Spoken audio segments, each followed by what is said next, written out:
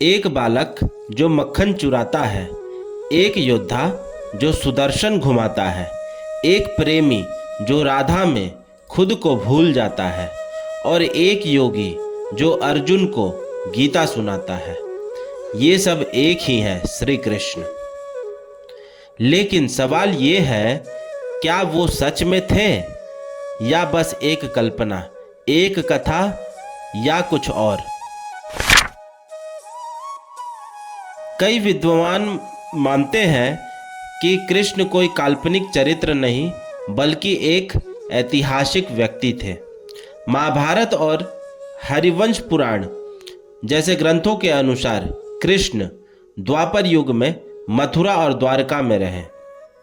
द्वारका के अवशेष जो समुद्र के नीचे पाए गए हैं गुजरात तट पर, वो बताते हैं कि वहाँ कोई महानगरी रही होगी जो हजारों साल पहले समुद्र में समा गई। नासा और इसरो की रिपोर्टों में भी गिरनार तट के पास डूबी हुई नगरी के संकेत मिले हैं।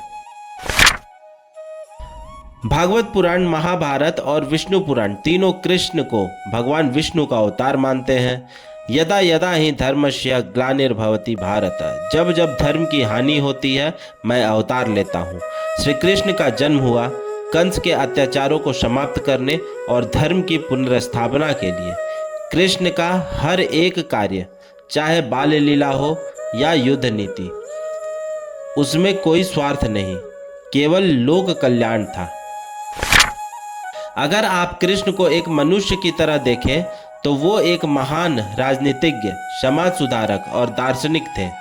अगर आप उन्हें ईश्वर माने तो वो साकार विष्णु है जो जीवन का हर रूप खुद जीकर हमें रास्ता दिखाते हैं। उन्होंने कभी चमत्कार से नहीं बल्कि बुद्धि, प्रेम और नीति से युद्ध जीता। गीता में उन्होंने ना किसी पूजा की बात की, ना मंदिर की। उन्होंने सिर्फ कहा, कर्म करो, फल की चिंता मत करो। क्या कृष्ण आज भी जिंदा है?